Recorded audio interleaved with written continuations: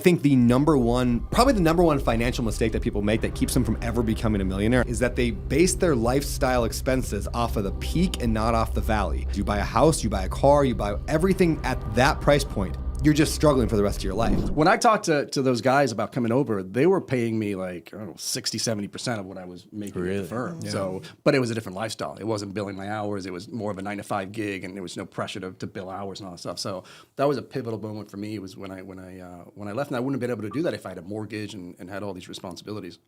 Well, you know, that actually illustrates a point that I think a lot of people find themselves in, and I'll say it this way: is like, I think probably the number one financial mistake that people make that keeps them from ever becoming a millionaire, and I'd love to know your thoughts if you agree or disagree, but it's that if you think about life, and if you were like, your income goes up and down throughout life. Like, you have a job that makes a lot of money, you have a job that makes a little money, or you have a commission job where 1 month is really good.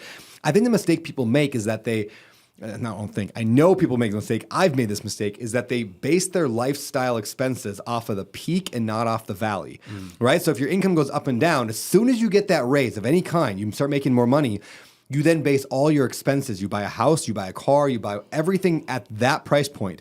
And then now anytime you dip below that peak, you're just struggling for the rest of your life. And that's where lawyers get trapped into. They got to have the nice car and the BMW and the whole thing, because they're basing their life off that peak, so they can never lose that peak. But if you want to get rich, like, you have to either A, make a lot of money and spend way less and then invest it all, or you have to go and be an entrepreneur and got to go start something. Both of those are impossible to do if you're living at the peak.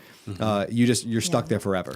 And I was going to say that something I've been thinking about a lot too, to that vein, is this thing called like an income ratio, where it's really not how much you necessarily make, but it's how much of what you make are you able to live off? Like, is it 90%? Is it 80%? Is it 50%? And if you can get to the point where you're living off 50, 60% of what you earn, then that delta is obviously what you can do to invest and grow your wealth that way. I know Jim Rohn's I'm a big fan of Jim Rohn. Jim Rohn used to say something to the effect of like, he's telling everybody about you should really, live on 70%, and you should give, 10% to charity, 10% for passive investments, and 10% to income.